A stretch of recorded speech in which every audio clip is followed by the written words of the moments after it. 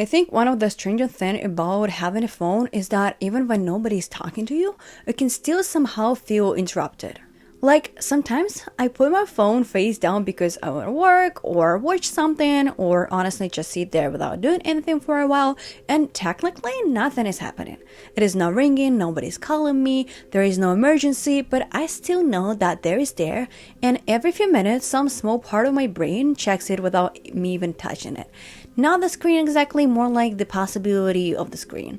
Maybe someone wrote to me, maybe I forgot to answer someone, maybe I saw a message earlier and now enough time has passed that the delay itself is starting to look strange.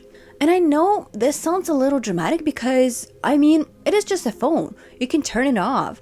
You can leave it in another room. People say this all the time and they're not completely wrong, but I have noticed that putting the phone away does not necessarily make me unavailable. It just means I'm unavailable while being fully aware that I'm supposed to become available again soon. Which is funny because nobody has to directly tell you this. Most of the time, nobody sends you a second message saying, "Why are you ignoring me?" Nobody's actually standing outside your door demanding an answer. You sort of do that part yourself. You imagine the other person seeing the silence, interpreting it, maybe thinking you're rude or careless or angry or just not interested enough to answer. And honestly, I do the same thing from the other side. If I message someone and they do not answer for a long time, I can tell myself that they are busy, and obviously they probably are, but there is still this tiny moment where I think, well, they have their phone. Everyone has their phone. So the fact that they are not answering starts to feel like information. Now that I think about it, that is probably the weirdest part. We have reached a point where silence is no longer empty. Silence has become something we read. And maybe the real issue is not that we communicate too much, because people have always wanted to talk to each other, and being able to reach someone who you love is obviously a good thing. I don't want to romanticize a world where a letter took 3 months and might never arrive, but there is a difference between being able to reach someone and expecting that person to remain mentally ready for you all day. Because even when I'm not answering, I'm still keeping a part of my attention open. I'm still in some very mild and ordinary way on call. Welcome, I'm Angelina. And that made me wonder when this became normal, because for most of human history, people were not choosing to be unreachable. They simply were. For most of human history, silence did not mean anything. Or well, it could mean many things, but it usually did not mean that somebody had looked at your message, made a decision about you, and then deliberately refused to answer. Because if you sent someone a letter, the first problem was not whether they respected you enough to reply. The first problem was getting a piece of paper from one physical place to another. Someone actually had to carry it. A servant, a merchant, a soldier, a traveler who happened to be going in roughly the correct direction. And sometimes that person was not just delivering the letter. They were also expected to explain it, to add details, to tell the recipient how the writer sounded or what was happening when the message was written.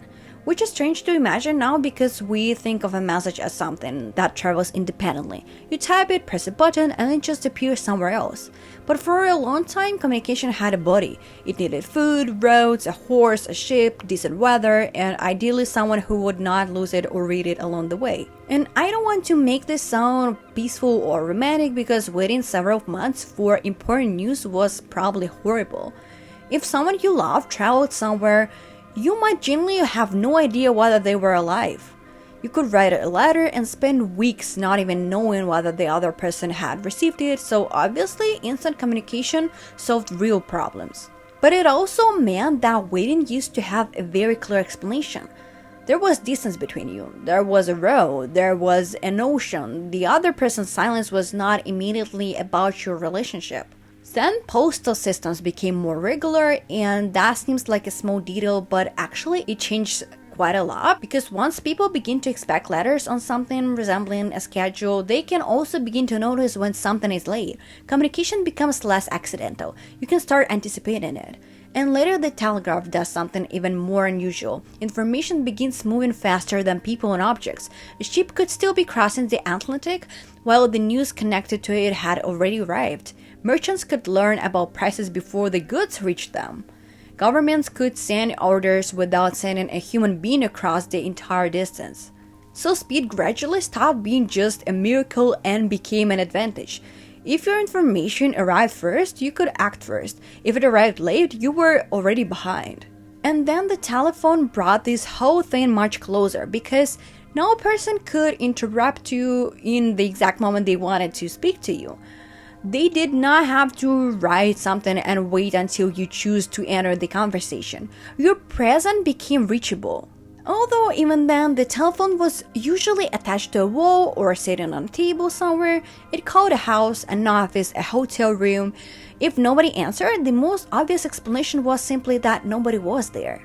And I think this is where something very basic starts to shift, because eventually the phone stopped waiting for us in a place. It began traveling with us. The mobile phone did something that seems completely ordinary now, but historically it is actually quite strange. It stopped calling a place and started calling a person. Because before that, if you rent someone's house and they did not answer, well, they were probably not home.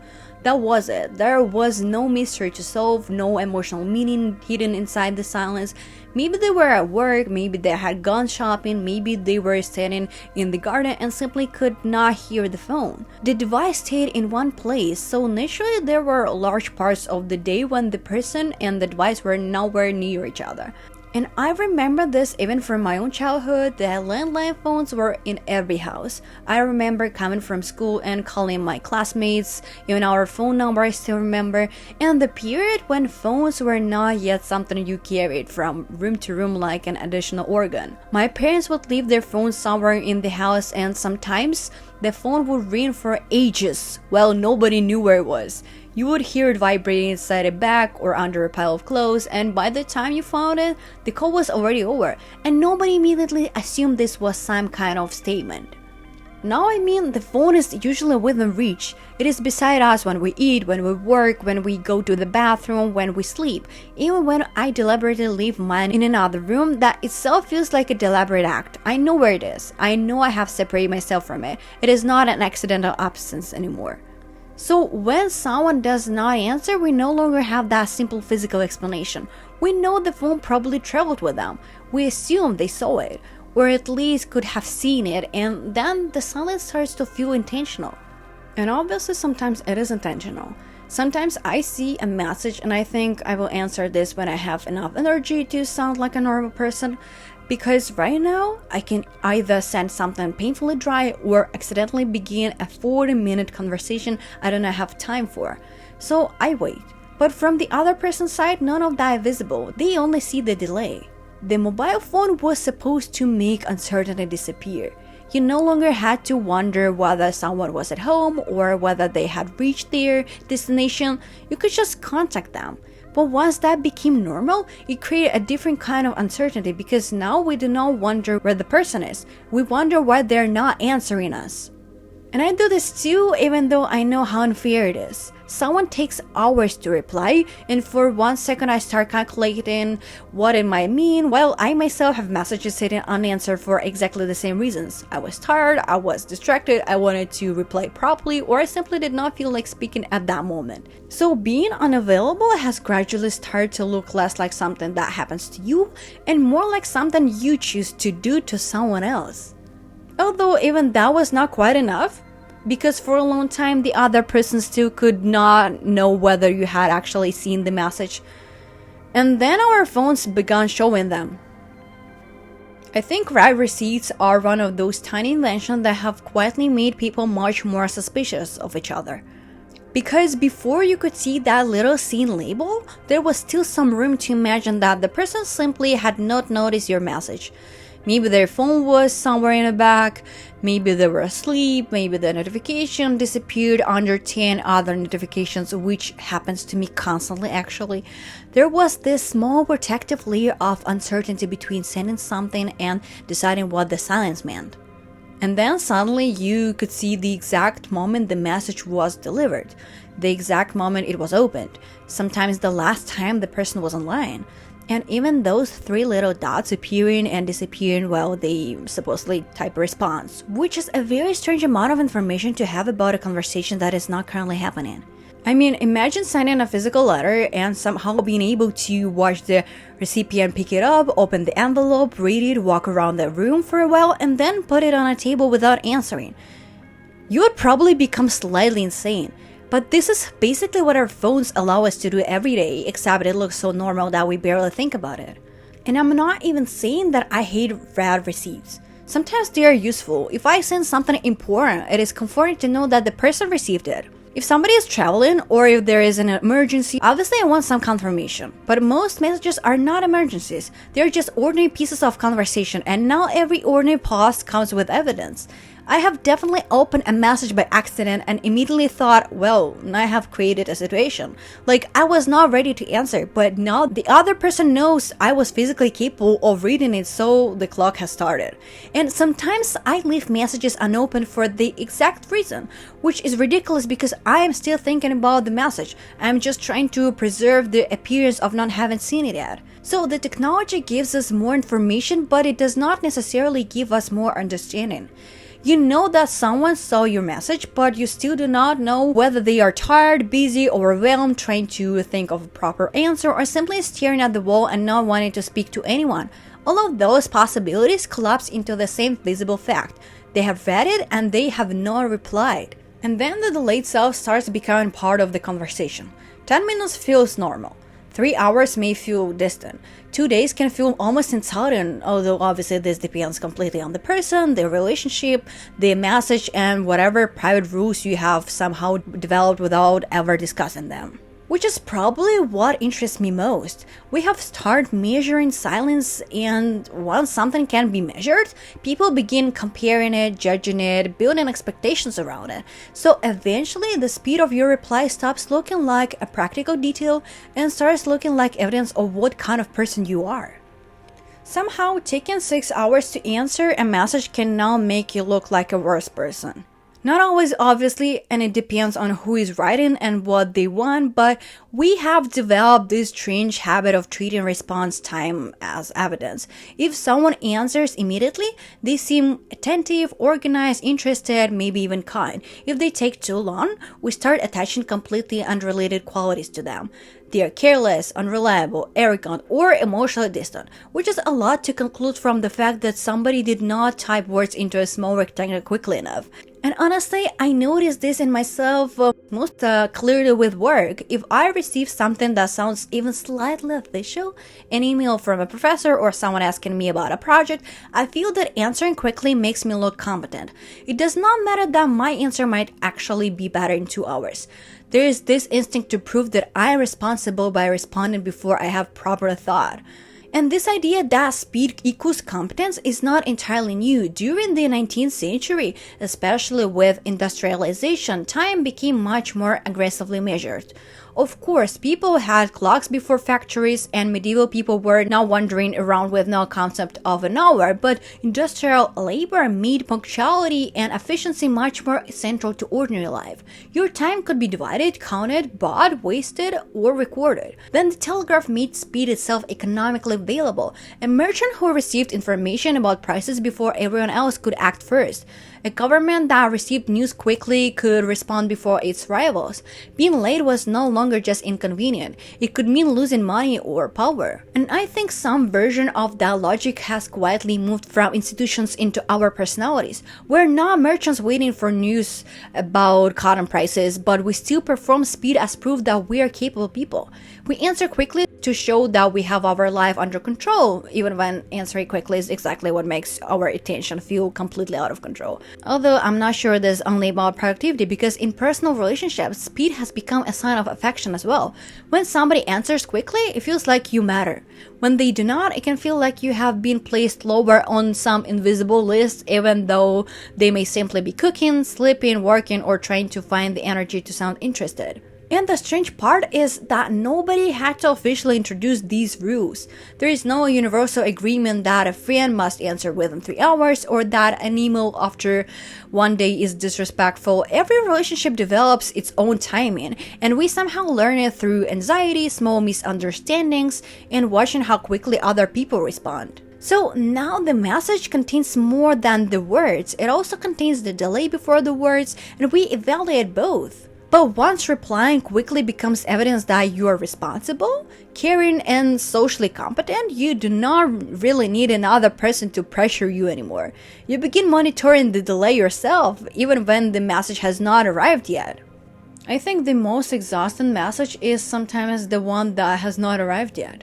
Because once you become used to answering quickly, you start preparing for interruption before there is anything to interrupt you. I notice this when I am trying to concentrate on something, especially if I know that somebody might contact me that day. Maybe I'm waiting for an email, maybe somebody said they would text later, or maybe there is no specific reason at all, but I still keep checking my phone as though I have been given some invisible shift and nobody told me when it ends. And technically, I'm choosing to do this. Nobody is forcing my hand toward the screen. But it does not feel completely voluntary either, because the possibility of a message is already sitting somewhere in the back of my mind. I can read a page of a book and realize I have absorbed absolutely nothing, then check my phone, find no new messages, and somehow feel relieved and disappointed at the same time, which is honestly a very stupid emotional response to an empty screen. Psychologists have a term called telepressure, which sounds slightly dramatic, but it basically describes that internal pressure to notice messages and respond quickly. And I like the term because it separates the actual amount of communication from the feeling of communication. You can have 3 messages and feel completely overwhelmed by them, while somebody else can receive 50 and not think about them until the next morning. So maybe there are several different levels of being available. There is the obvious one where somebody messages you and you reply. Then there is the version where you do not reply, but the message continues existing in your head while you cook, shower, work, or pretend to watch a film. And then there's this third version when I think is the strangest, where nobody has contacted you yet, but part of your attention is already being kept free for the possibility that they might. People have experienced this kind of waiting for a very long time, but usually in specific roles. A doctor in a call, a soldier waiting for an order, a servant who had to remain within reach, somebody expecting news from a relative at war. Obviously, I'm not comparing checking Instagram to any of those situations in terms of seriousness. I mean the structure of the feeling. You're technically doing something else, but you cannot fully disappear into it because you may be summoned. And smartphones have made a mild version of that feeling incredibly ordinary. We carry the object through which work, family, friendships, emergencies, invitations, and minor inconveniences can all arrive in exactly the same way, through the same screen, sometimes with the same sound. So even rest becomes a little provisional. You can relax, but not so deeply that you miss something. You can be alone, but not entirely unreachable. You can stop working, although your employer still knows exactly where to find you. And actually, the last part matters because some people can ignore a message for hours and simply appear busy, while other people can do the same thing and appear irresponsible. You can usually tell who has more power in a relationship by noticing who is allowed to take longer to reply. I mean, if a professor does not answer a student for 3 days, the professor is busy. If the student does not answer the professor for 3 days, the student is irresponsible. If your manager sends you a message in the evening, you may feel that you should at least read it. Even if they add something like, "No need to respond tonight," which is a nice sentence, obviously, but you still know who sent it. The hierarchy does not disappear because somebody added a smiley face. And I started noticing this in ordinary conversations too. Some people can vanish for a week and return with "Sorry, I have been busy." And somehow everyone accepts it. Other people feel the need to explain a 6-hour delay in detail, like they are presenting evidence in court. They were working, then their phone died, then they fell asleep, then they had to help their mother with something. And honestly, most of the time, nobody even asks for this explanation. But give it because we know that silence can be judged. Historically, controlling another person's time has always been connected to status. A servant had to remain available to the household. A soldier had to answer an order. A courtier might spend hours waiting for the possibility of being admitted to see someone more important. Meanwhile, the person with more authority did not necessarily have to explain where they were or why everyone else had been kept waiting. And again, I don't want to pretend that receiving a message from your manager is the same as serving in a royal court. It obviously is not, but the small social logic is still recognizable. The person with less power is expected to remain responsive, while the person with more power is allowed to be unavailable without their absence becoming a moral failure.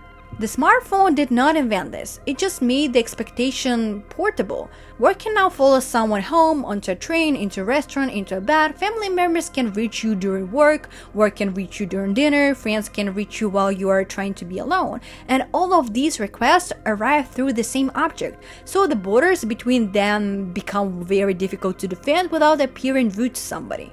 And availability is not only about answering practical questions. Some people are also expected to be emotionally available all the time, to notice when somebody is upset, to listen, reassure, remember birthdays, maintain conversations, and make sure a relationship does not quietly disappear. That work is harder to measure, but the application is still there. Of course, permanent contact also solves real problems. It helps families stay close across countries. It makes people safer. It allows someone to ask for help immediately. I would not generally want to return to a world where disappearing meant that nobody knew whether you were alive. But maybe connection and access are not exactly the same thing, and we have spent so long treating them as though they are that it has become difficult to imagine being close to someone without also being permanently reachable by them. Maybe one of the reasons this is so difficult to talk about is that being reachable is genuinely useful and usually quite nice. I mean, I don't want people I love to become impossible to contact. I like knowing that I can send somebody a photo that moment I see something that reminds me of them, or call my family from another country, or ask for help without first locating a post office and waiting 3 weeks. The ability to reach each other is probably one of the best things modern technology has given us. So whenever people reduce this conversation to phones are bad, go outside, it feels slightly dishonest. Because I don't want less connection. I think what I want is for a connection to stop automatically meaning access. And those two things sound almost identical, but they're not. Connection means that there is a way for us to reach each other. Access means that because the way exists, I am expected to remain available through it. It is the difference between knowing that somebody can knock on your door and feeling that you are required to open it every time they do. There is a sociologist, Judy Weissman, who writes about something called temporal autonomy, which is basically the ability to have some control over how your own time is used. And I find that more useful than talking about screen time, because you can spend very little time looking at your phone and still organize your entire day around its possible demands. You can keep it in your pocket during dinner and still be listening for it. So maybe freedom is not simply being able to work from anywhere, speak to anyone, receive information instantly, and change plans at the last minute.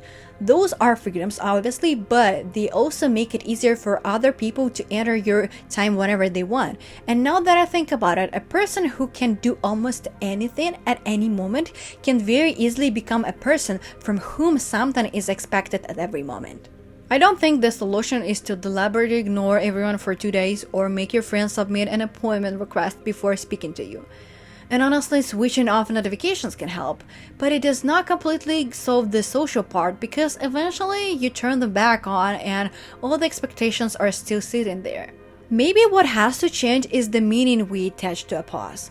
A late reply does not always need to be decoded as rejection, disrespect, or evidence that the relationship is dying.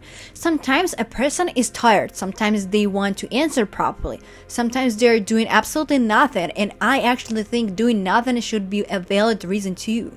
For most of history, people were unreachable because the world placed distance between them. Now we have to create that distance ourselves deliberately, and then somehow explain why we created it.